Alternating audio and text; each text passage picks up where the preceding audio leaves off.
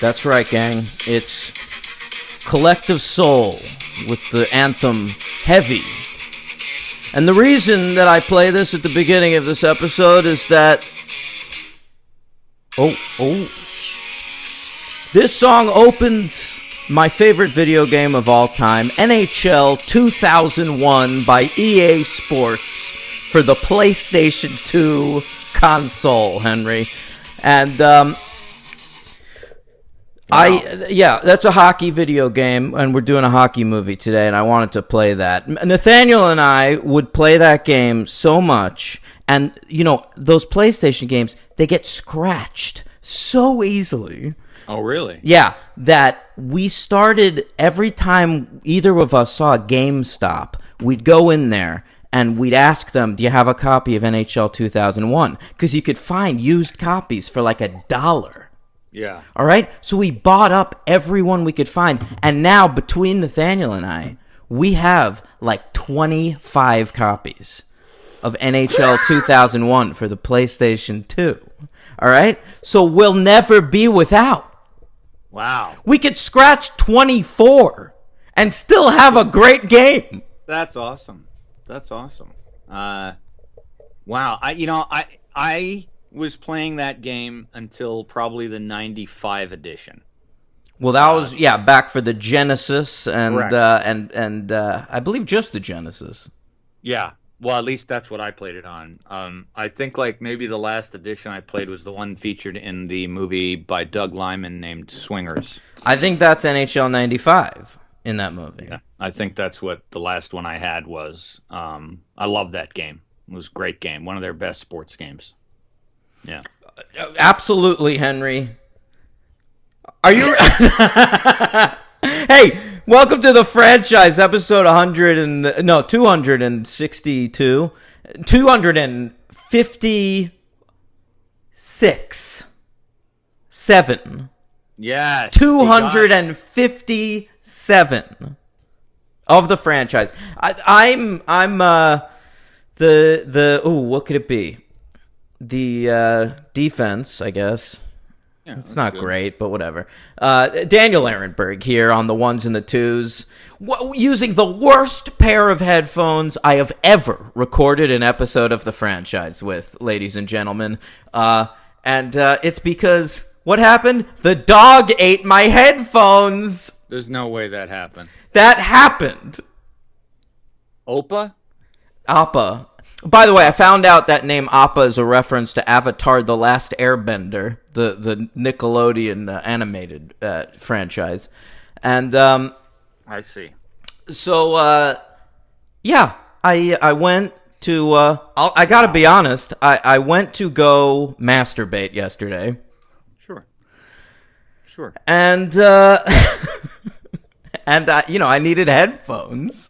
Picked up my headphones. Oh. They were chewed up by the dog. Wow. All right. Now, you've been using these sort of earbuddy things for a while, so I hope this wasn't a new pair of headphones. I gotta be honest, I stole them from my ex-girlfriend when I moved out of our old place. Good. All right. Very nice. Yeah. So maybe the fact that they're destroyed now feels a little good. Sure. But also, I was using them. They were good headphones. Yeah, that's dogs can be destructive. I felt better when I thought the dog was named after a German grandfather, if that's possible. Now it's The Last Airbender. I don't know what to think of that. And you know how you call it by saying yip yip? Is that what you do?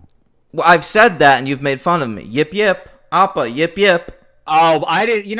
Okay, yeah. That's from the fucking cartoon too. Are you serious? Yeah. And my roommate didn't even tell me this. I found this out by chance, just surfing Reddit. You like that Reddit? Yeah, I saw like a meme about this. Yep. Yeah. Yep. Wow, ate my headphones. That fucking blows, man. I'd be pretty pissed off. I made her replace them. But these that I'm using now, because those ones haven't arrived in the mail yet, are shitty Bodega headphones. Oh, like a little. Oh, I remember those little Brutal. earbuds. Yeah. Brutal. Um, they're like those skull candies or whatever. Remember we used to sell at Oh yeah, Barnes and Noble? $8.99 with a sticker. Yeah. Yeah. Well, you sound great. You can't hear. I can hear great, and as usual, probably don't sound great. So it's kind of a good balance. You sound pretty good, actually. But you have a better mic than me. I still get annoyed. Well, if you recorded your side of the conversation, Henry, and then learned the editing know-how to stitch our two sides of the conversation together seamlessly, then you can sound great on this show, Henry.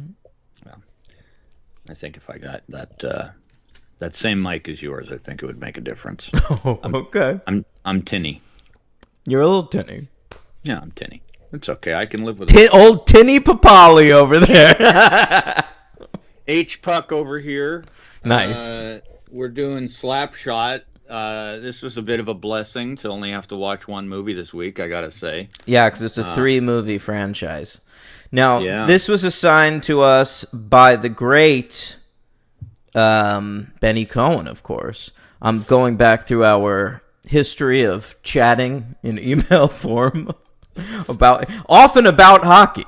That's the thing. Like, he knows I'm a hockey person because we've chatted about the Rangers and shit. So, this is his email to us.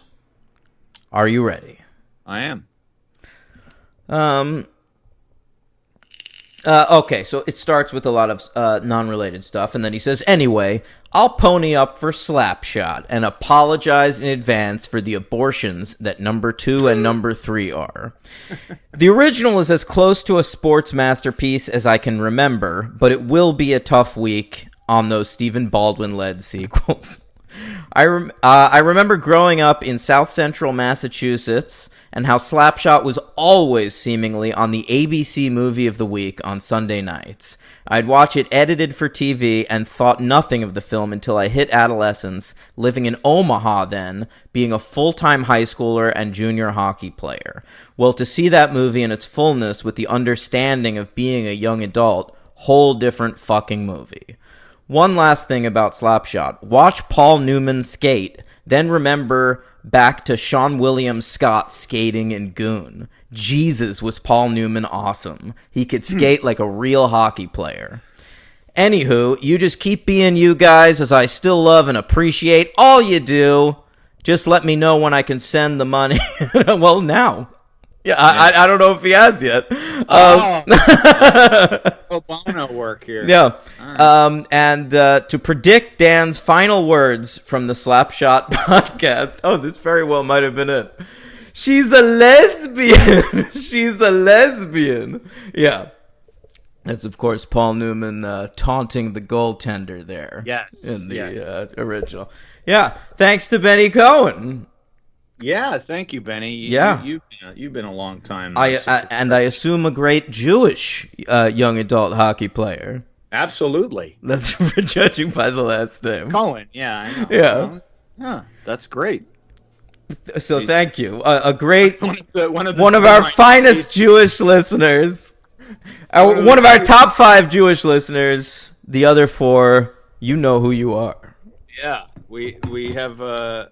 I hope we have some minority listeners, and Benny counts. That's how you think of me, Henry? I'm like a token minority to you, huh? Yeah. Yeah, you're happy to be. In this age of wokeness, do you feel happy to be a co-host with a minority? No, I don't look at you as a minority. You don't count. No, I don't. I feel like I counted as a minority while Trump was in office, and now that Biden's back and the world is slightly saner again, I'm back to being a white guy, ladies and gentlemen.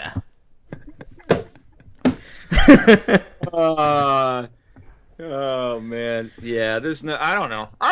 We probably have some people of color who listen to it. Well, we know we do. We do. Shut the fuck up. We don't stop talking about this. We have Barbuda and Antigua. Oh, that's right. They're one of our finest listenerships. And Japan and China. Oh, we got a review from Japan this week. Did you see that? I did. I did not. I think I saw it and then I got a phone call, so I couldn't Oh read the whole boy. thing. I'll try to dig it up at the end of the show or Well, something. yeah, I can do it. Yeah. All right, but let's talk fucking Slapshot. Now, you are watching this movie for the first time last night. Yeah, I never saw it. There was always a movie that really, I don't know how I didn't see it, because living in Canada and then spending my adolescence in Pittsburgh, which is a huge hockey town with their fucking Penguins. I mean, they are really are. The movie just, I don't recall it being like on television, at least, or in my orbit, which is just odd. So once I passed adolescence, I guess it sort of just became this movie that I knew of, sort of this mythical, quote unquote classic movie that I just hadn't seen. And I like, as the listeners know, I love sports movies, and I generally don't even care what sport they're about. Hockey's not my favorite sport like it is Dan's, but I'll totally watch a hockey movie, but I just never saw this movie. And it's amazing, too, because when I looked at the pedigree kind of during the movie, but then after I watched the credits, and I'm looking at, like, who the art director was and the casting director was and all these things that movie nerds like Dan and I know. I'm looking at all these names. I'm like, these are fucking huge people. This is a big release. Yeah. Like, this movie is directed by George Roy Hill, only 2 movies removed from the fucking Sting. Right. All right? Which was like the biggest movie in the world that year. In many ways, you mentioned Swingers earlier. The Sting was kind of the Swingers of its time, reigniting the ragtime revolution. Oh, all right. I didn't know. Yeah. Blah blah blah blah blah blah blah blah blah blah blah blah blah blah blah blah blah. Oh, a little Scott Joplin going on. There you go. Yeah. The Entertainer. That's right. Otherwise known as the ice cream truck jingle. Is that an ice cream truck jingle? Sure. Anytime you're in your neighborhood, I'm sure. Not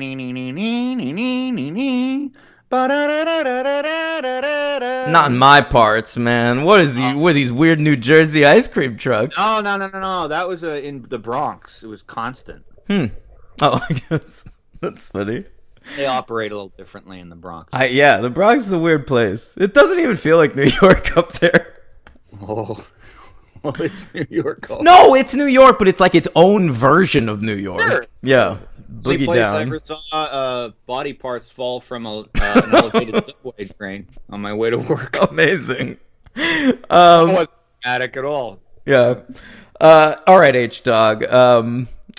So it doesn't compute to me that you never saw this on television. Like that, it just doesn't make sense, because this movie was and is still on TV all the time.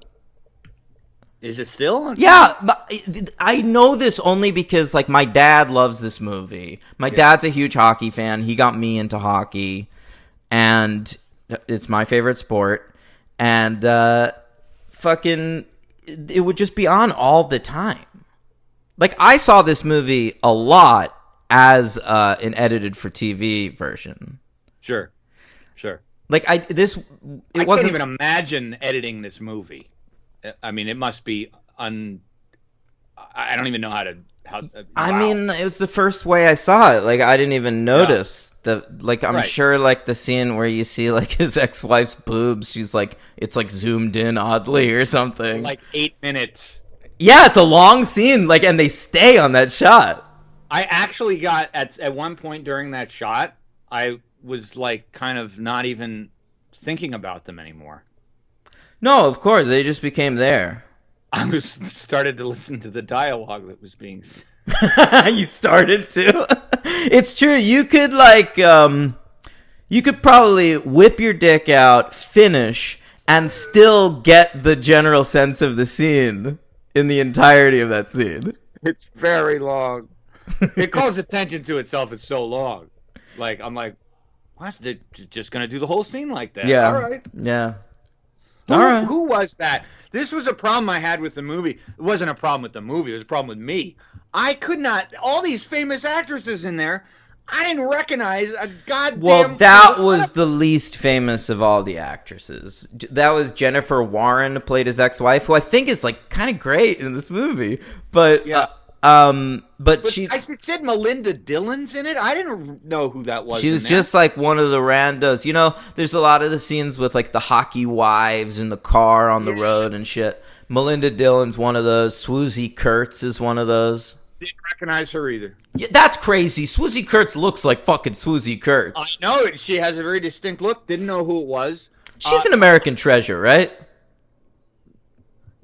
The name is an American. I feel that Swoosie Kurtz deserves a Betty White style renaissance when she turns 90 or something. She needs to get a TV show that celebrates her oldness. Yeah, well, she deserves one of those. Yeah, They should do like a Sisters reboot on HBO Max. There you go. You know, if Betty White hadn't done the Golden Girls, that whole renaissance wouldn't have happened. That was... Of course not. You're absolutely right. Yeah. But the Golden Girls was crucial and essential. And I don't see, like, Rue McClanahan hosting Saturday Night Live. True, she's dead. But when she was alive... I don't see... Are they all dead? No idea. Are they I all think dead they are. except Betty White? I think they are. Do you think Betty White is, like, sucking their youth energy? She's obviously a force of nature of some sort, so who knows? But I didn't... You know who the most... Of all the ones we mentioned, oddly, the strangest one to me, and even after I realized it and then was looking at her, I couldn't... Lindsay Krause. Yeah. Unrecognizable. I mean, I think Lindsay Krause, granted, I think House of Games, it's kind of how I think of her.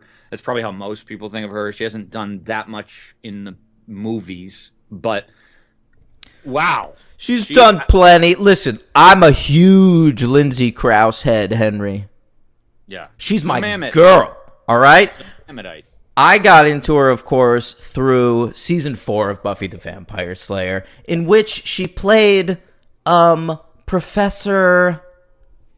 Fuck, I don't remember her character's name. That's a vulgar name for a TV show.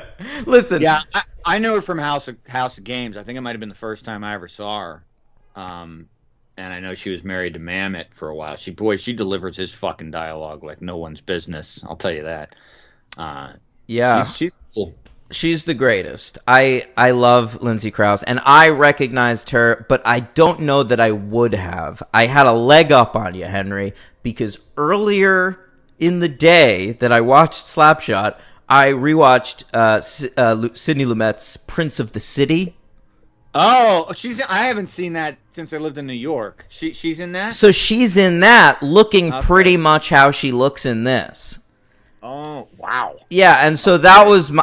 although they dress her younger in Slapshot. It's odd. It's odd to see Paul Newman hitting on her so much because they put these huge chunky jackets and like a sideways St. Louis Cardinals cap on her. It looks like Paul Newman's like hitting on fucking Tatum O'Neal in the Bad News Bears. It's weird. It's very weird. I wasn't even sure at certain points of like... I mean, we'll get into it now with the movie. That was one of my only issues. I can't believe I'm saying this about Slapshot. I had difficulty sometimes following characters. I wasn't sure who was with who or who was who women-wise and who was related to who men-wise. I got over it. Well, women-wise, like only 2 women in the movie actually matter at all as characters. It's Jennifer Warren and Paul Newman's ex-wife, Jennifer Warren, and Lindsay Krause, who is married to Michael Ontkean's character, and Ned Braden. Right, and Newman is trying to get her away from him. We don't know whether it's to fuck her or whether I think it's just for he has no ulterior motives. Like he just thinks he treats her badly and wants her to get out of there. Yeah, it's interesting. You know, seems to. There's that moment where she comes to like tell him like, I finally, it's triumphant. I left him. Like I took off. I've got a bag and everything. And Newman takes that time to take a nap. I know. Very odd. I was like, okay, so he doesn't want to have sex with her, or he does, but he's just, I don't know. Yeah, it was interesting. Yeah. You said Newman was 55 when they made this? I was wrong. I remember I texted you after that. So how old was he? When it came out, he was 52. So he was probably like 51 during filming. Okay, so he's 51. He's probably playing 44 or something. Yeah. He was born in 1925. Jesus. I remember why Dan and I spoke last night briefly, and I told him. Briefly? Long time. And I told him that Paul Newman was born in 1932, and he was like, how do you not? I said, I don't know, it's in my memory bank. Then I realized after why I thought it was 1932, because there's a fucking political joke that Bill Maher made a long time ago about Iraq, and he said Iraq's only been a country since 1932. Paul Newman is older than Iraq. Oh. And so then I was like, had it in my mind that he was born in 1930, but he's not. He's older, so 1925. Is that in the Decider? Yes. Yeah, because I've seen that. I like that one, and so I mean, it's not his only one. It's his best one. Yeah, by a lot. Yeah. I got that DVD from our friend Casey. I've not yet put it into my player. Although I got my Blu-ray player from my mom's house. What are you doing? I might watch some Blu-rays at some point. Who knows? Oh, I thought we were scrapping the garbage heap with that medium. I have Blu-rays of things that are not currently available to even rent. So I might bring a few things over from the old homestead. I think that's a good idea. Thanks, H-Dog. Okay, let's do the stats. This film came out February 25th, 1977. All right? One of the few films where I wasn't born yet. Yeah, that's right. Nor was I, of course, because Henry's much older than I. Slapshot, of course, was written by Nancy Dowd. Are you familiar with this fine Academy Award-winning screenwriter? Well, I was after when I read about her, because she did The Great Coming Home. Yeah, that's what she won the Oscar for. Did you see that? No, I've never seen Coming Home. That's a good one. I'll add it to the old list, H-Dog. Yeah, and then I just read about her actually just in regards to the film, which was pretty fucking interesting. It's a good Wikipedia page. We've been covering so many female screenwriters recently. Yeah, it's cool. Of like old movies that I like back before they really let women write movies much. Yeah, she was allowed. Yeah, Dowd was allowed. Very good. All right. So Coming Home, I guess, is what she's best known for, but she's written a bunch of good stuff, including under a pseudonym, one of my fucking favorite music-related movies of all time, probably my favorite punk rock movie ever, Ladies and Gentlemen, The Fabulous Stains, with an amazing young Diane Lane performance. I have never heard of that movie. It's a great fucking movie, and it's directed by Lou Adler, one of my favorite like weird minor directors. He only made 2 movies, that and Cheech and Chong's Up in Smoke. Never understood the whole Cheech and Chong thing. Well, Up in Smoke's a great movie. So fuck you. So this lady, she also went on to write that old Swing Shift. I've never seen that, but that's supposed to be like a classic. That's Hoffman, right? Swing Shift? Is he in that? It's not Dolly Parton? Oh, what am I thinking of with Dustin? Oh, Hoffman? Neither one of us are right, by the way. It's a Goldie Hawn, Kurt Russell thing by Jonathan Demme. Oh, all right. No. I'm thinking of another one with Dustin Hoffman that has a similar title. But yeah, okay. Wow, I don't know that movie. You don't know that movie? I don't swing shift. I don't Supposed to be think so. great. Yeah, I put that on my list of things to watch coming up. All right. So this movie was directed by George Roy Hill, the classic populist filmmaker who made two of the biggest movies box office wise and big Oscar movies, but critics never really got into him. So his breakthrough was Hawaii, which is this horrible movie, this enormous, like, a cast of thousands kind of a thing. And then he followed that up with Thoroughly Modern Millie, which was a big musical. And then, of course, he made Butch Cassidy and the Sundance Kid, which was like, a huge... It won Best Picture, didn't it? Boy, did it? I'm not 100% sure, but... Wow. I don't remember what year that came out. 68, right? 69. Oh, then it... High five. It could have, unless it was Midnight Cowboy that won. I don't know. It doesn't say. Whatever. Who cares? All right. Anyway, he makes that. Then he does the Slaughterhouse 5 adaptation that nobody likes, but I do, except the lead guy is kind of a blank slate. I can't remember. I saw that he did that, and I just can't remember if I've seen that movie. I love the book. I read it. I think it's a cool adaptation with, like, weird sets and stuff. Yeah, I just don't remember if I saw it. I don't know. That'd be a hard one to do. But Vonnegut is adaptable, so. I mean, yeah. Is there a good Vonnegut adaptation? I'll say it like I said it before, Mother Night. Right. Okay, so then he does The Sting, which was the biggest movie of that year, and I already performed The Entertainer for you. I really want to see The Sting. I have not reviewed it on Letterboxd for a reason, because I haven't seen it in so long. Well, we could cover it for the show. I know. Well, I've actually, it's been I have a little list going in my phone, in my Samsung notes of stuff I want to do, and that's one of them. But, great. Yeah. So then he does The Great Waldo Pepper, because he was obsessed with planes and apparently rode planes. He was like a pilot. He had his pilot's license, George Roy Hill. Really? Yeah, That's he was cool. obsessed with World War II planes. And so he made this movie, The Great Waldo Pepper. Nobody really cared, but I'm sure it was very fulfilling for him.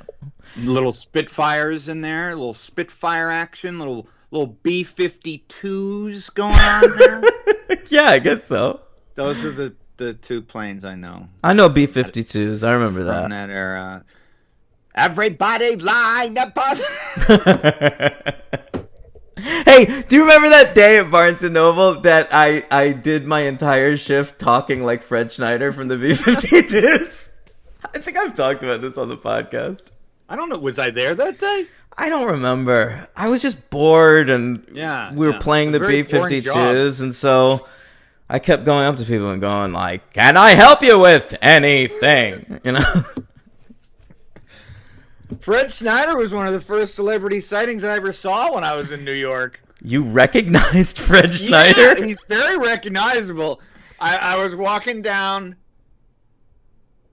8th Avenue with my girlfriend, and I had only been in New York for a few weeks, and he was like strutting by, and I saw him, and I turned to my girlfriend, and I was like, "That's the fucking guy from the B-52s," and she was confirmed.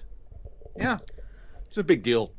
I would be excited. Yeah, I saw the B-52s live, Henry. Did you? Yeah, they good opened. live? Yeah, they were great. They opened and closed with Love Shack. What else are they gonna do? No offense, but yeah. Well, they did a 10-minute version of Rock Lobster. That was great. Yeah. It was a great show. They were opening for the Police, and they were far better than the Police. That's sad. What? That they were opening for the Police? They shouldn't be opening for anybody. They should have had their own gig. Yeah, I mean, my sister, I think, saw the B-52s headline. I'm sure the B-52s headline, but yes. I guess they'll take an opportunity to open for like a legendary act or something. Yeah, of course. Anyway, he after Great Waldo Pepper, he tried to get back on the good books with Slapshot, but unfortunately, it didn't do that great. It only made 28 million at the box office. I'm sure it cost about 20 because a lot of paychecks involved. The movie was number 17 at the American box office, Henry. It made slightly less than another great franchise film, Herbie Goes to Monte Carlo. That's demoralizing for Slapshot. But it made slightly more than Clint Eastwood's The Gauntlet. Ah, yeah, that came up on the show recently, and you didn't know what movie that I was. Remember that? I said that's the movie he did with Sandra Locke. I don't know anything about that movie, but I've always been intrigued by the title. Like, in my head, I feel like it's Clint Eastwood fighting a series of bosses, like video game bosses. Right. Going through a gauntlet. All I remember, I've seen it a long time ago, all I remember is he's in a bus that's like heavily fortified, and he's driving down a highway with Sandra Locke for like 1,000 hours. That's the Gauntlet. Like, the whole movie is him just like riding the Gauntlet. Oh, the Gauntlet's the bus? No, the Gauntlet is just, it's used in its Oh, the highway's the Gauntlet? Yeah, the trial of what he's going through. He's running the Gauntlet. You know, like, we're all running a gauntlet in our lives. That's his Gauntlet. Fucking boring, dude. It's an action movie, though. Yeah. They need some more final bosses. Like, they should. It sounds to me like it should be like a Double Dragon movie. Sure. Which would obviously be great, as we all know from that one Double Dragon movie. That's great. I haven't seen that. Oh, Robert Patrick with bleach blonde hair, brother. I just loved the game when I played it as a kid. It's all about the game and how you play it. Number 1979, he follows up Slapshot with A Little Romance, Henry. And I know that movie because my father had a freak out about that movie once. It's one of the weirdest things I've ever experienced. My father had this nostalgia blast where he remembered this movie, A Little Romance, and freaked out trying to procure a copy. This was like I was in high school or something, and it was like out of print on physical media. And I think he, like, in the early days of the internet, got a friend of his from the gym or something to go on eBay and purchase a VHS copy of A Little Romance, and he presented it to the entire family. Okay? And I think it was one of the worst nights of my dad's life because it wasn't as good as he remembered it being, and all of us hated it. We've all been there. It's so sad. It's sort of like that night I tried to get you to watch Snake Eyes. Yeah, but I'd seen Snake Eyes and already hated it. That was a reconversion therapy moment for you. You were trying to reconvert me. I still think at some point in your life you'll get on that movie's wavelength. Ooh. Henry just did sort of like an Ace Ventura eyebrow move where he put up one after the other. It was so casual. He's trying to do it again. It's not looking as casual. Yeah, I have a bit of rubber face. Rubber face, yeah. That was that Jim Carrey stand-up special from the 80s. Oh my God. Yeah. So after A Little Romance, he does The World According to Garp, which I like and Henry hates, and then he does the Little Drummer Girl, which is a John le Carré adaptation, and then his last movie ever, Funny Farm, Henry, with Chevy Chase. Masterpiece. And then he retired, okay? Mm-hmm. He went back to civilian life, all right? But he had to retire, I think, from making movies because he developed Parkinson's disease. Oh, that sucks. Yeah. That's not a fun one. No. So, he spent the last 10 years of his life shaking around his large New York City apartment. And as long as Larry David didn't come into contact with him. Yeah. And then he passed away in 2002. But George Roy Hill, what a career, huh?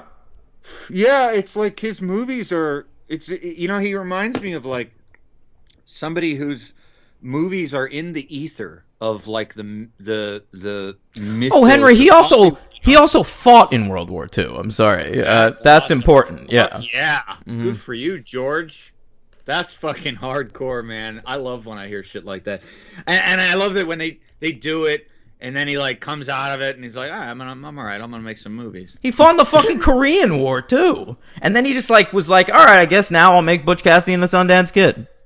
He went back. Yes. He was a military guy then. Yeah, yeah, yeah. No, he was like he had a military career before his fucking film career. No wonder he's so like.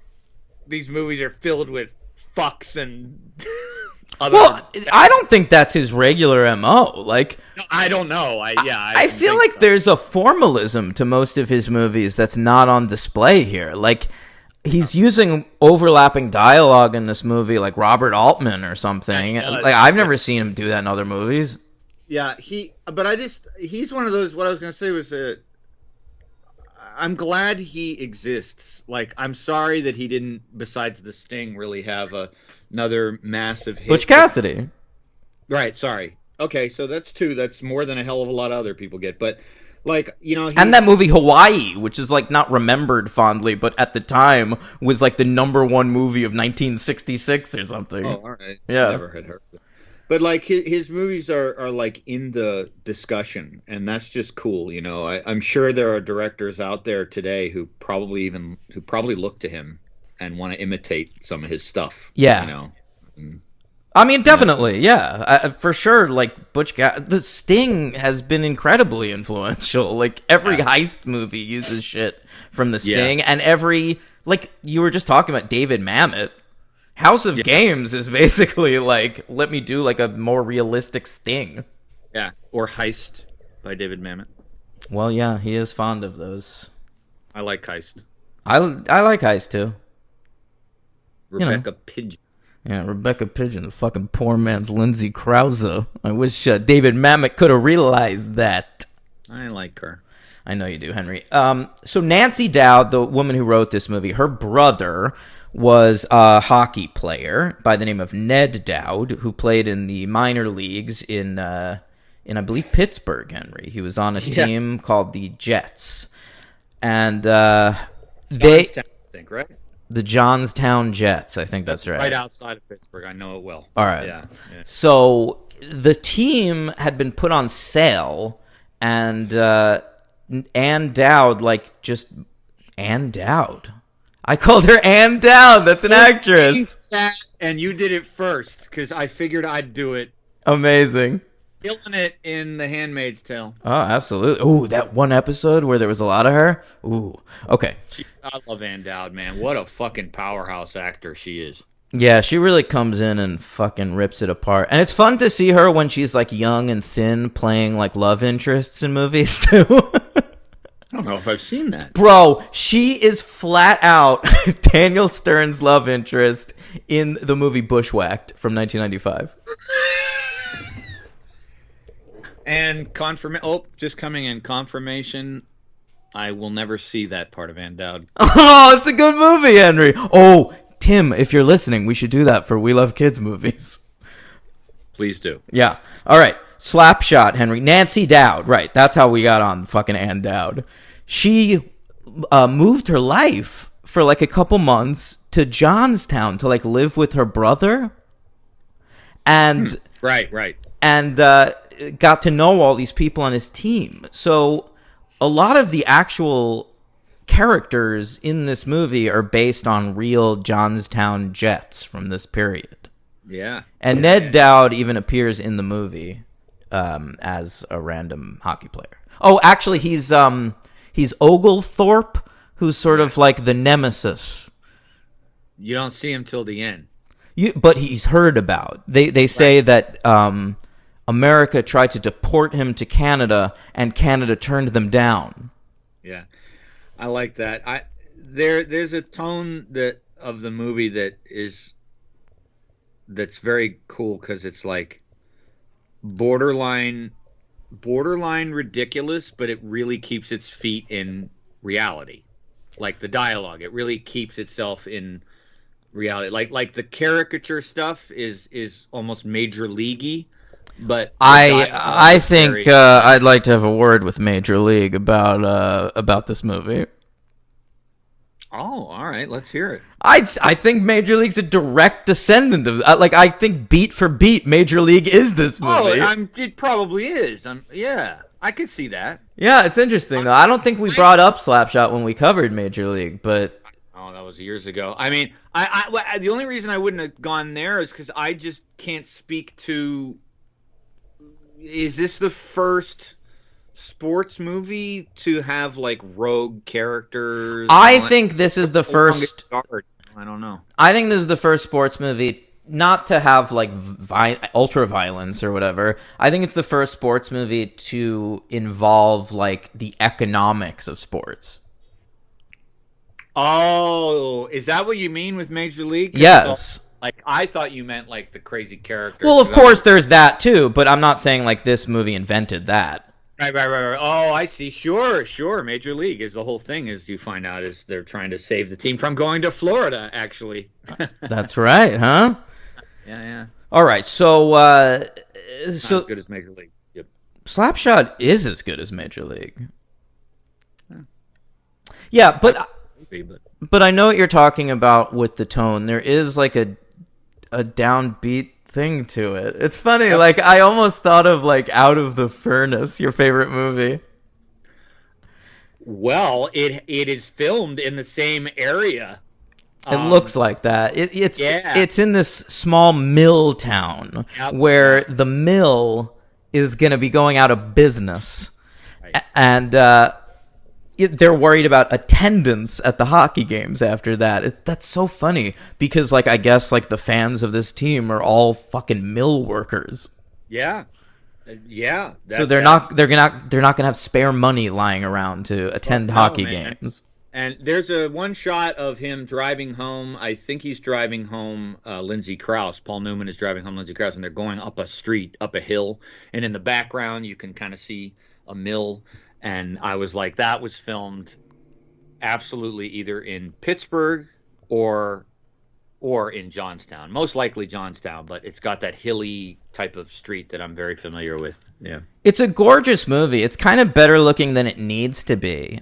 It's interesting that there's such an impressive pedigree to the crew of this movie because it basically is just like a wacky sports comedy. Yeah, I think it's the era. I think that's that when people they don't do that shit anymore. I think back then it was like, yeah, let's get together and make this sports movie, and I want to. But I don't think reputable filmmakers were making these movies. Like to see George Roy Hill directing this, and especially Paul Newman starring in this movie. No. I agree. I meant the tertiary people, like Marion Doherty doing the casting and Elmer Bernstein doing the music and Henry Bumstead doing the art design. Listen to you. Yeah, I know, and these are off the top of the dome, by the way. And I know that he did a bunch of Clint Eastwood movies, and so like I think what I meant was like back in that era, I feel like genres weren't as compartmentalized. That might be true, yeah. Yeah, like now, if you got people together, even with like a big director, and they wanted to do a sports movie, I'm sure you'd have some people in those other roles being like, I'll wait till your next project. I'm not really. But like you see sports movies by reputable directors that look great, like The Way Back last year or something, but those are all like downbeat, like serious sports. It's gonna be like Moneyball or something like that. Yes. Sports comedies, I feel like in the era of like Major League, they look like trash. They're all designed to air on Comedy Central 1,000 times, a month, till the end of time. I think they get the support. What do you mean? They don't get nobody gets that excited anymore about like a sports movie. The Way Back was like fucking one of the best movies of 2020, and it got not. I mean, I only watched it because you told me to, because I think that movie would have broken through more. It came out at such a weird time because it was like right as the pandemic was taking hold. The Way Back was the last movie I watched in theaters before COVID. I love that movie. That was a deeply effective movie. Yeah, it's great. I did. I really loved it. But yeah, anyway. So, all right. So Paul Newman plays what's this fellow's name? Reggie Dunlop. Yeah, great sports name. It is a great. Dunlop is incredible. Yeah, that's like how they got away with that and it not looking stupid is amazing to me. What is Fuzzy Dunlop from? Do you know what I'm talking about? That's a fake name they use on The Wire, right? Fuzzy Dunlop. Oh, is it? I think so. That's like a tennis reference, I guess. No, it's like they put it as an informant, like a fake informant that they make up. Yeah, Fuzzy Dunlop told me. Wow. Mm-hmm. Okay. So Reggie Dunlop, played by Paul Newman, he has an ex-wife, which is a very unique relationship in movies, I think, where like they get along and they even still have sex, but they're both dating other people and neither of them are that upset about it, and the plan is to get divorced. Movies. I mean, I think it happens. Yeah, it happens. Never happened with me, but I mean, but I know it happens. I did think it was gonna blow up at some point because there are these shots of Newman lingering after scenes like where he might not be quite as comfortable with the arrangement as he appears. Oh, I thought that a lot. Yeah. It very much seemed like she's totally just using him to be like, yeah, I'll fuck him once in a while, but I don't need, I'm ready to go. And he's trying to put up that macho front, which he does well in this performance. And Paul Newman really is something else, man. I mean, he's one of those actors. I always thought of him as like not that emotive. He's almost like I always thought of him as almost the Richard Gere of his era, but he's not. He's much more emotive and I like that he's so verbal in this movie. He's given a lot of different emotions to play. He's given like a lot of comedy, but he's also given a lot of anger, a lot of sadness. Yeah. He's kind of a sad character. This is even at the very end when he confronts his ex-wife and like still wants her. He's like, that's a really cutting moment. Yeah, it is. I mean, he thinks he has, I guess. Well, he invites her. The team gets picked up to be a Minnesotan franchise, and he invites her along with them, and she's just still talking about the divorce, like she's on her way out, and that's the last moment we get between them. Yeah. And I had wanted him to end up with Lindsay Krause because I thought they had a really cute dynamic. The age is too weird. He looks old in this movie. Like he's he not so young, but I like the way that they treated each other. I just like that odd chemistry. I don't know how old she is. She was probably 30 years younger than him for all I know. I don't fucking know, but I'm sure. I mean, she looks like she's in her early 20s in this movie. This is my favorite period of Paul Newman as an actor because, I guess, right?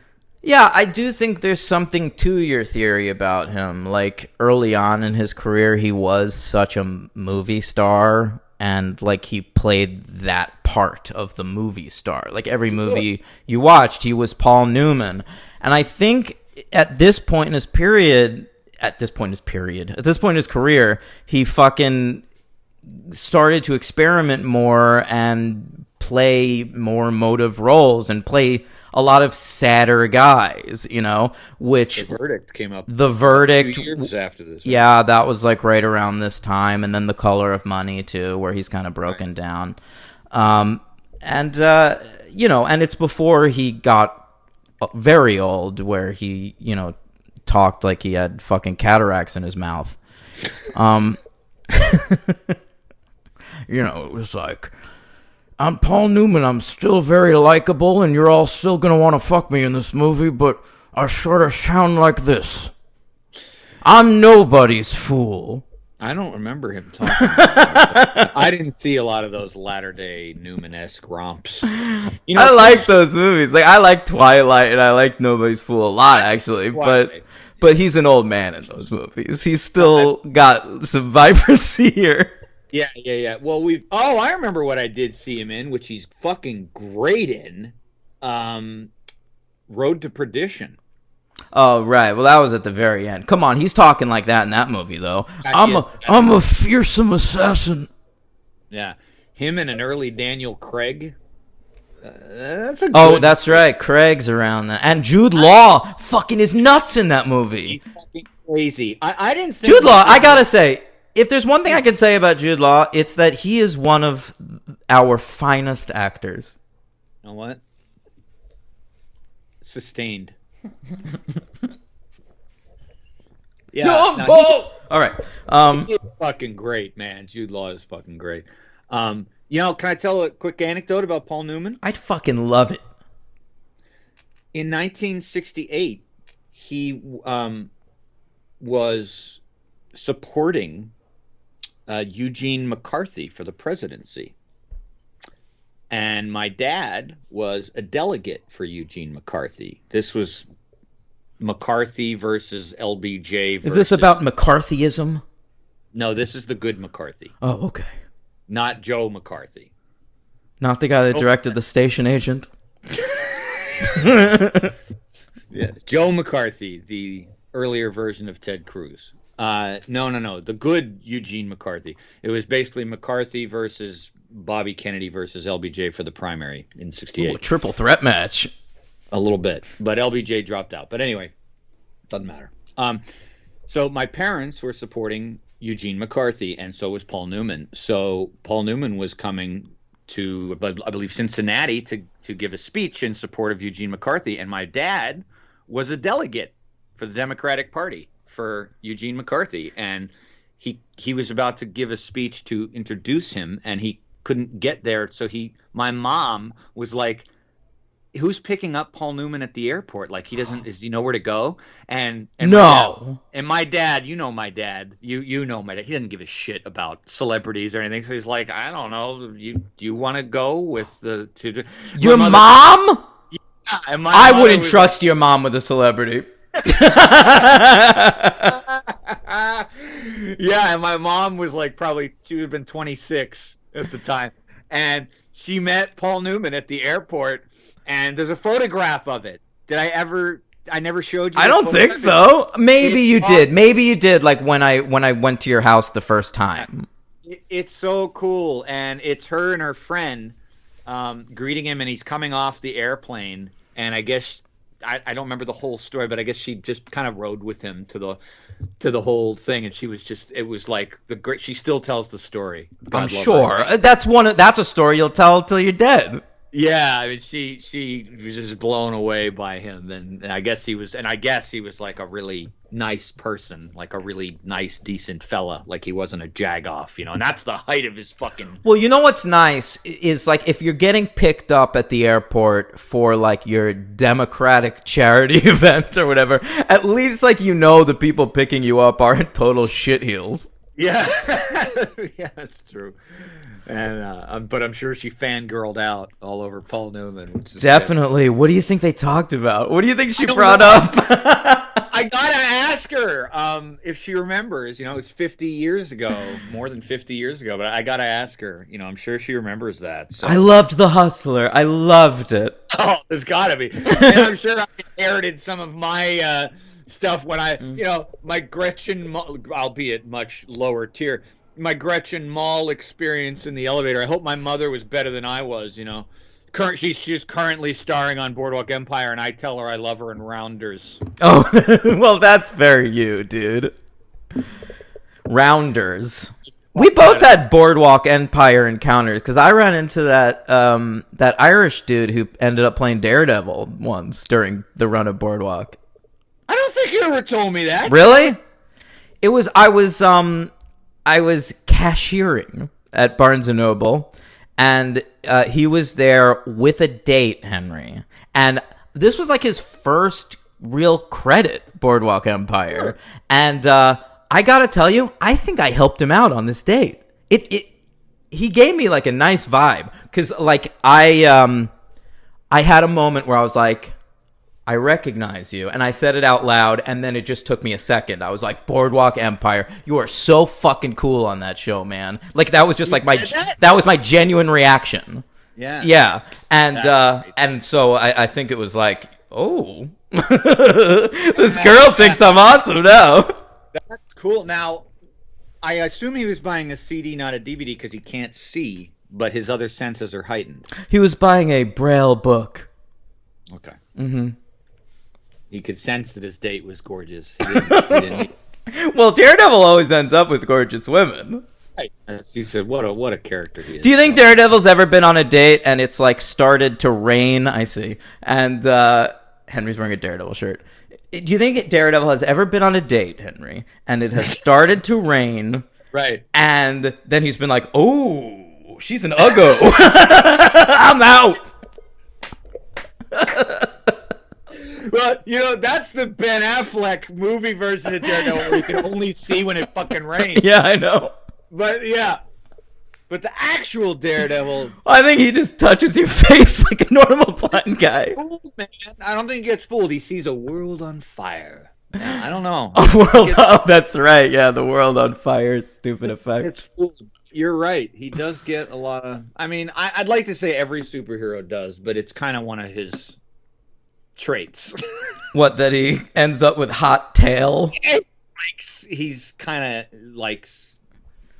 He's not as monastic as like Batman. What is that? Like what's monastic, man? What, just like wants to be single? Yeah, or like doesn't like need sex. Sure. Like Batman kind of lives like monastic, just monk. What do you think Robin's there for? Oh. Wingman! He's Robin, he's a bird, he's just wingman. Good one. All right. Let's talk about maybe some of the other characters, because I want to get into the great Michael Ontkean as Ned Braden. Now, he's new to the team, and he's a pacifist. He refuses to fight, even when the team devolves into theatrics. And, I guess we should get into the plot, too. But he's like the second lead of the movie, and I'm a fan of this guy, of course. He plays Sheriff Harry S. Truman on Twin Peaks. Fucking A. Yeah, I watched the movie very late, so I didn't have time to look up every cast member because there's like 30, but I knew his name. Now, what else have I seen? Well, every time I see Michael Ontkean, the first thing I think is, you look exactly like Paul O'Neill, the former Yankees outfielder. He does. I know. It's weird, right? Yeah. Mm-hmm. And then the second thing I think is, that must mean you're Michael Ontkean. So he's Harry S. Truman in Twin Peaks? Yeah. In the original Twin Peaks series, he retired. They wanted him to come back for Twin Peaks: The Return, and he had retired from acting and neglected to come back. They gave him a brother, I think. Like they really wanted that character. Huh? Yeah. Interesting. All right. So, basically, Paul Newman himself, is the coach and star player of this minor league hockey team in this small mill town. And to try and attract interest of buyers, because the team is now on sale, he changes the format of, basically the team strategy into this very goonish style game where he doesn't really give a shit whether they're winning, whether they're scoring goals. He's not caring about finesse. They're just playing this messy, fighty game. Where they're and this is pretty much completely brought on by the Hanson brothers. Well, he's got these new recruits to the team, the Hanson triplets. Well, they're not triplets, right? They were born in 3 successive years. Right. Which was a funny touch. Yeah. I actually liked some of the dialogue in the movie better when it was throwaway and quiet. And definitely, there's a lot of funny. Well, there's a lot of improvisation. I heard. I read. Do you want to know my favorite line in the movie? Go ahead. When the referee I think it's before the final game of the movie. The referee yells at Hanson, one of the Hanson guys. He says, "I want a clean game. You hear me?" And Hanson looks at him. He goes, it just screams at me. He goes, "I'm listening to the fucking song." Yeah, the national anthem. That is great. Do you want to know my favorite line of the movie? Uh-oh. When Yes. Paul Newman says, "I'm liberated. I don't care who's a fag anymore." All right. Yeah, that word gets thrown around a lot in this movie. And I get it. I was stunned. Yeah, it's locker room talk or whatever, but this is an extraordinarily vulgar movie. Like, I was texting, Dan and I were texting each other while we were watching it, and back and forth about which words were being thrown about. And I said about because it's hockey. And yeah, that word, FAGGOT.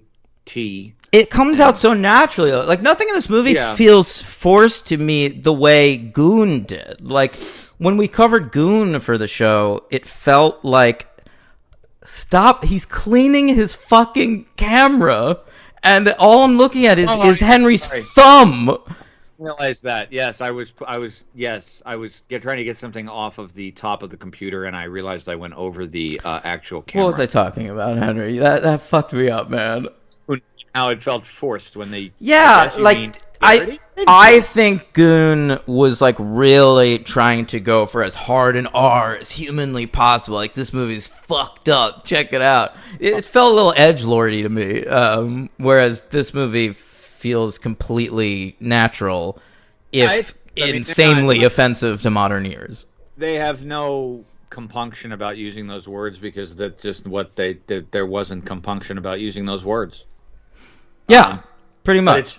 it's still shocking, and I don't often like get shocked even when I watch old movies because of just how they are. But there's something about that weird nebulous period about the late 70s where you still feel like, oh God. It's like- so normal. Like, I'm watching a lot of movies from that era right now, and the regularity with which the N-word is thrown around is so insane. And it's always to show that a character is an asshole. But it's in, like, every movie. Like, every asshole character has to use the N-word. Yeah.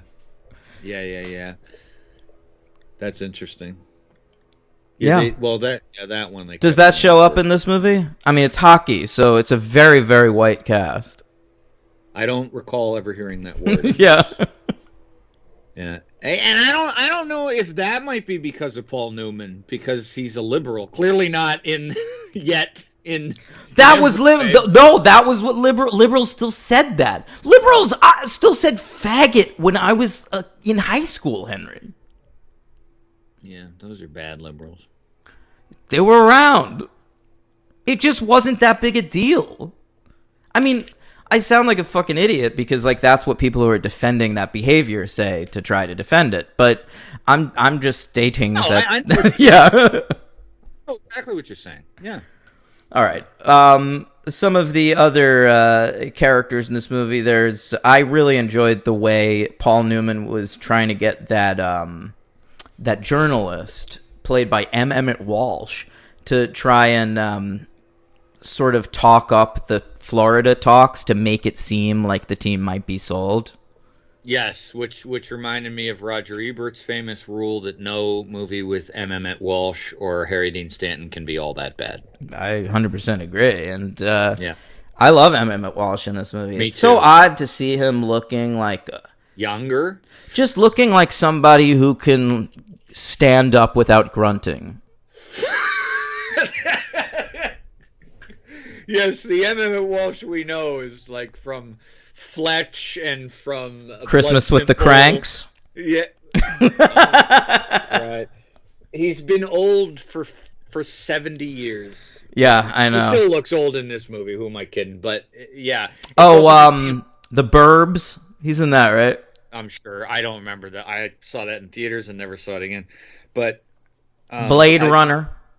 Oh, fucking Critters. We covered him in Critters. Oh yeah, Yeah, in Blade Runner, he is a racist against replicants, as I recall. Great. Do you think In they used an Harrison N-word? In Harrison Ford's narration, he says Brander was a type of cop who called a black person. Oh, do you like the version with the narration? Because I like the version without the narration, but not the version you're thinking of, the longer one. I prefer the. How many cuts of that movie are there? I think there's 4. No, I like the second cut, and that was fine. It just takes out the narration and changes the ending. Editing. Why did it have to be editing? He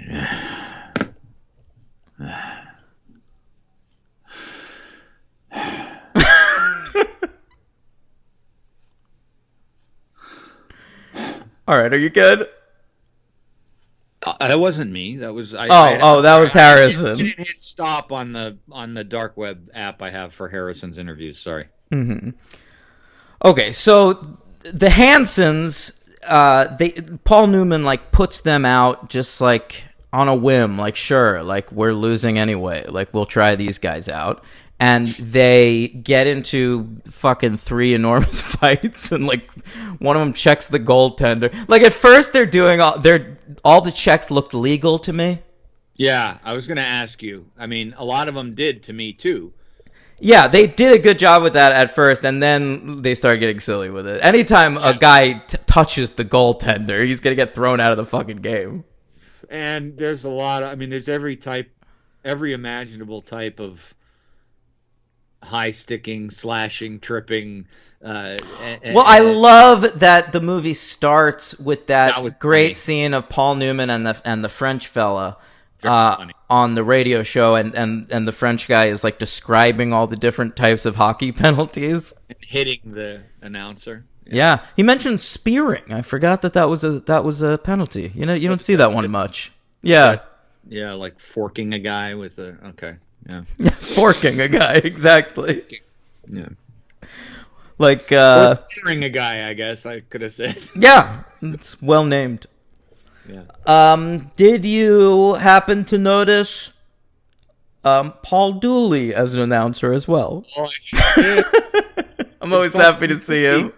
They're everywhere. These cameos from people. Well, they weren't cameos at the time. No, Paul Dooley was probably just like a fledgling actor, excited to get a small role in a George Roy Hill film. Paul Dooley became Molly Ringwald's father in 100 John Hughes movies, or one. I don't remember. 16 Candles. Yeah, he said like he never played. I remember hearing an interview with him where he said he'd never played a dad before that role, and then for like 20 years after that role, he only played dads. Yeah. I mean, that's how I think of him, unfortunately. Yeah, for him. That's what happens. Wait, I don't want to digress, but I meant to ask you. We probably discussed this before years ago. Did you ever see George Roy Hill's Funny Farm?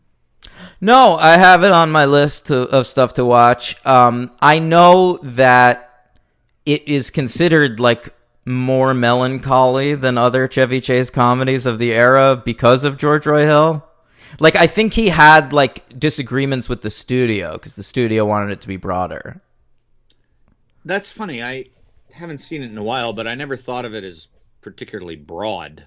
No, that's what I'm saying. The studio, I'm sorry. No, I meant to say the opposite. I think it is broad. Oh, okay. It's very gag heavy and all that kind of stuff. I don't know. Yeah. I really like gag heavy movies, Henry. I know you do. You just need your headphones when you watch them. Yeah, I do. Oh, Henry, what are you drinking there? What kind of Poland Spring beverage is that? Black cherry? Very good. Yeah. All right. I mean, listen, we've covered Slapshots. Do you have anything more to say about this movie? I liked a lot. I liked how I honestly did not see the ending coming. I thought we were just going to kind of be in for which part of the ending? How they win. Yeah, It's pretty cool, actually. First of all, we haven't talked enough about the way they shoot the hockey in this movie because I think it's genuinely impressive. That's what I want to ask you about. It's very fucking fly on the wall. Like, it really gets in the game. And hockey wasn't shot like that at the time. Like, hockey was notoriously a sport that was difficult to capture on television for many years. The camera was too far away from the puck. You couldn't see the puck on non-HD TVs. Fox tried to light up the puck with like a neon sign at one point, and you don't remember that? No. They highlighted the puck, so it would be a little blue aura around the puck as it moved around the ice. It was horrible. Jeez, yeah.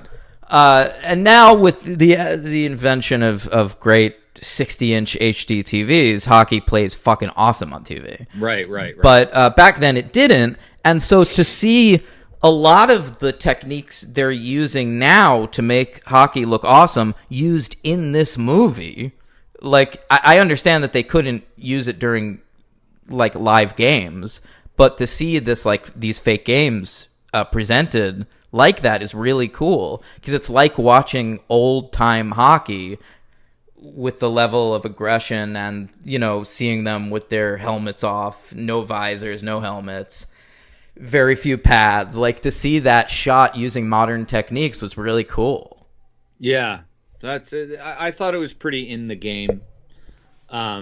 EA Sports, it's in the game. Oh, is that their thing? Yeah. I haven't seen, I guess, a lot of hockey movies. You know, I never saw Miracle. Oh, you're missing out. That's a fucking Gavin O'Connor joint, dude. That's right. Yeah. But like the most I've seen that I thought really got what I considered to be a realistic depiction of hockey was that show I was telling you about a couple weeks ago that I thought you'd like. Right. Beartown on HBO. I really felt like the exhaustion. I just didn't even I didn't even realize. I know it's an exhausting sport because I can ice skate, but I can't play hockey. But like, you know, when I watched Beartown, I was just like, Jesus Christ, this show is doing a hell of a service to showing how difficult that sport is. Oh, hockey's fucking brutal. The reason I love hockey, actually, my roommate asked me. I was watching a hockey game. She asked me, "Why do you like this?" And I was just like, "There's a really interesting combination of like balletics and barbarism." Balletics and barbarism, very true. Well, yeah. Yeah. It's so amazing that it's such a brutal fucking game, and it takes place on ice. Like you're on the pinpoint of your skates. Yeah. The skill. You can ice skate, right? A little. Oh, yeah, I can ice skate, but, I'm not great. Okay. So I'm semi-decent, actually, believe it or not. And it is just so hard. And the skill to even take a shot holding the stick. I mean, it is one of the most skillful sports ever invented. I mean, to be able to even do the basics. So it is amazing when you watch these guys skating. You know who the best actor skater ever was? There's one episode of The Office where Michael Scott takes them skating, and Steve Carell is unfucking real. I remember thinking that. He clearly knows how to skate well. Yeah. Is he Canadian? Yeah, I remember that. You're right. Well, Paul Newman, I guess, is... No, Paul Newman's totally good in this movie. Yeah, he's definitely, respectable job. Yeah. Mm-hmm. Yeah. So... All right.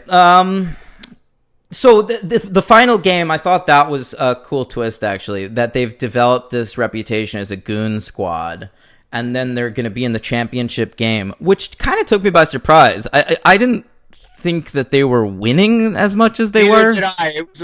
There was one flaw in the movie. It was a little unclear. You kind of lose track of how well they're doing because, you can tell that they're doing well in terms of attendance. Like, the fans of the sport and of the team are really into it and showing up, and they're starting to make money and get interest in, from other locations, other markets. But, it's forgot where I was going with that, Henry. Well, it's difficult to follow that they're winning. And Exactly. Yeah.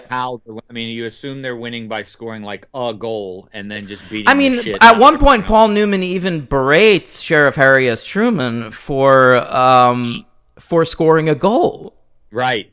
He said, "We're not trying to do pussy shit like score goals. Take your gloves off, punch someone." Yeah, it's true. Yeah. And he never does. He only ever punches the announcer of the games, and then he strips on the ice to that stripper song, you know. Brow, brow, brow, brow, brow, brow, brow. Punches Paul Newman. Oh, that's right. He does punch Paul Newman. And so the other team that they're playing in the championship put together this weird goon squad. I love the intros of these players, like talking about them. Like, this guy, you know, he was banned 3 years ago. He's been living from parts unknown or whatever. Right. And, you know, and then finally the last one's that Oglethorpe fella played by the writer's brother. And ultimately, they end up winning when one of those guys loses his cool and punches the fucking ref, which, you know, right. And that's the end of the game. Yeah, but like the striptease thing was very funny. I was like it was such an odd choice. And I you know, read some people who didn't like that, and critics who just, or you know, it wasn't that well received at the time, or thought that was like a sort of a strange, like a cop out trying to explain the violence. They're reading too much into it. It's just fucking funny. Like, well, I do think that there's definitely a disconnect in this movie, Henry. My least favorite scene in the entire movie is Paul Newman's big speech between the first and second period of the final game, where he goes into the locker room and he tells the whole team that, like, you know, it wasn't like this. Like, old-time hockey was classy hockey. It was graceful, and it was fun, and like, that's the way hockey should be played. And it's almost like he's delivering that, like, that's the moral of the movie. But the movie just spent the last hour and 40 minutes showing us every type of hockey violence it could possibly think of. I completely agree. It's like a deeply hypocritical moment. And when they go back on seconds later, when the fucking team owner or whatever comes into the locker room and tells them that there are scouts in the audience and they want you to fight. And so Paul Newman's like, that's actually a really funny moment. There's a long pause and he just goes, "Scouts?" And then it cuts to a fight. Right. Yeah. Right. It is funny, but you're right. The ethos of Paul Newman is they're almost making him hard to understand. Like, where is he? All of a sudden, he's switched his entire philosophy because of one thing, and then he switches right back. Forget Paul Newman. I think the movie is more hypocritical than the character. It's schizophrenic. I don't. You just can't have it both ways like that. Right. And so the ending where he's doing the dance, I mean, I think it's funny because it's a device to get the other team to forfeit the game script-wise. I mean, that's clearly what they came up with. But it's kind of funny, and I mean, it's done because Ned Braden sees his wife, and she's all happy and beautiful, new hairdo, and cheering, and I guess he feels that. See, I thought when he started doing it, he was doing it symbolically, taking off his pads and all that, because she doesn't want him to play hockey. So I thought there was like a dual thing going on there, where he was just like dispelling the violence part, but also showing her like in a symbolic way by taking off his garb, like, I am done. I have you now. I'm retired. I'm done. I don't know if that's a stretch, but I think he's back to, like, you know, it's funny, like the end of this movie, it's almost like a Mad Men kind of ending, where like he goes to that like spiritual retreat and like comes to light, and then like that cutaway to the Coke commercial, like a lot of people, including myself, believe it implies that he's the only spiritual growth he's able to attain in that moment is coming up with another great idea for a soda commercial.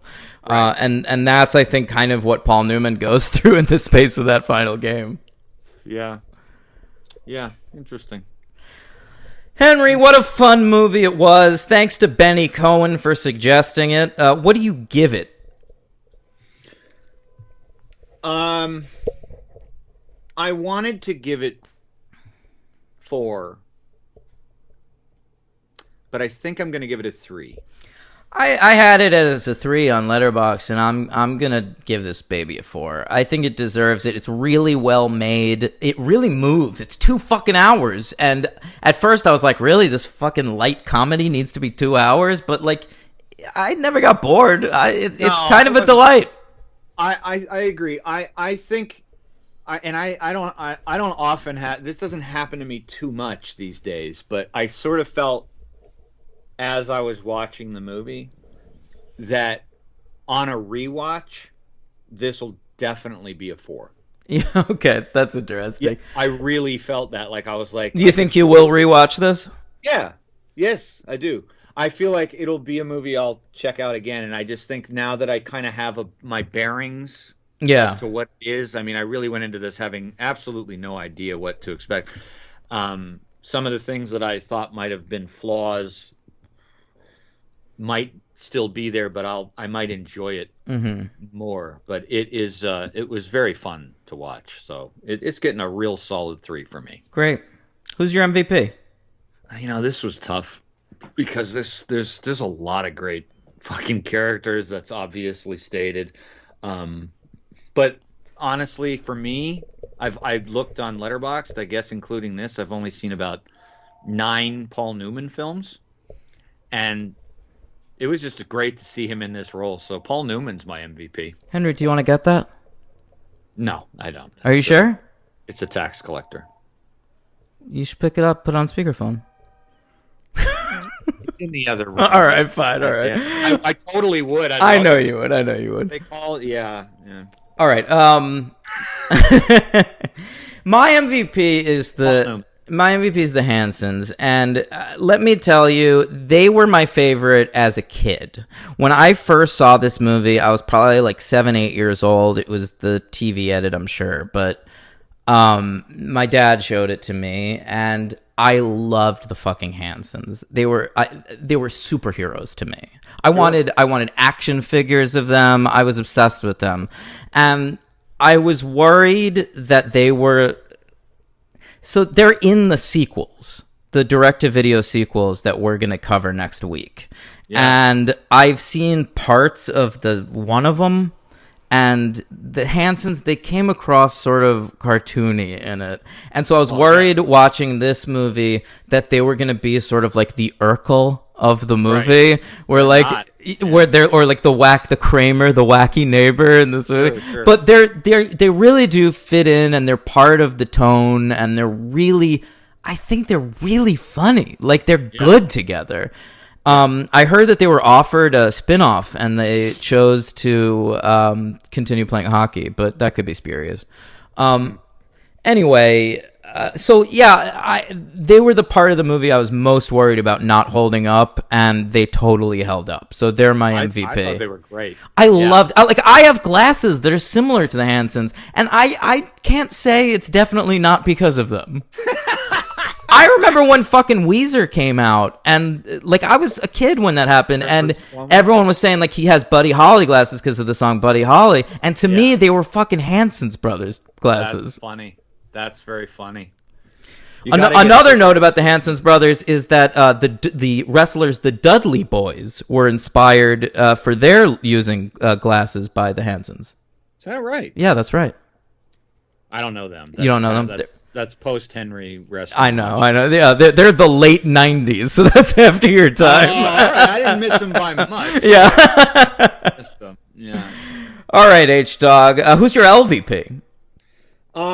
This was funny because this is an actor that, like a few other people in this movie, shows up in Fletch, but he was just like a stupid character.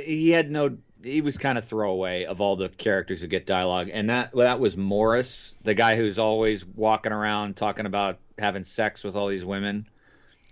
Oh, I don't even know who you're talking about. So yeah, I guess so he's like really ugly, but he's like it's all he talks about, which is fine. Morris. It's just he's played by a very famous character actor. He, like I said, he's in Fletch. I don't even see the name Morris on the IMDb page. Um, I think they call him Mo a lot Oh my in the god. movie. Yeah, I know. It's not the guy with the handlebar mustache?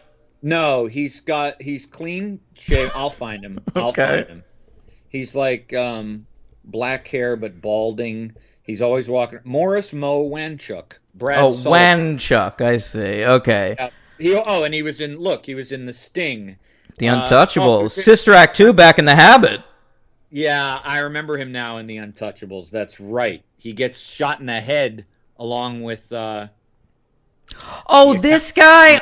I like this actor. I always like this guy when he shows up and stuff. I've never known his name before. Apparently, Brad Sullivan. that's what I said. Yeah, I like Yeah. him too. I just of the characters in the Hey, he's also in Bushwhacked.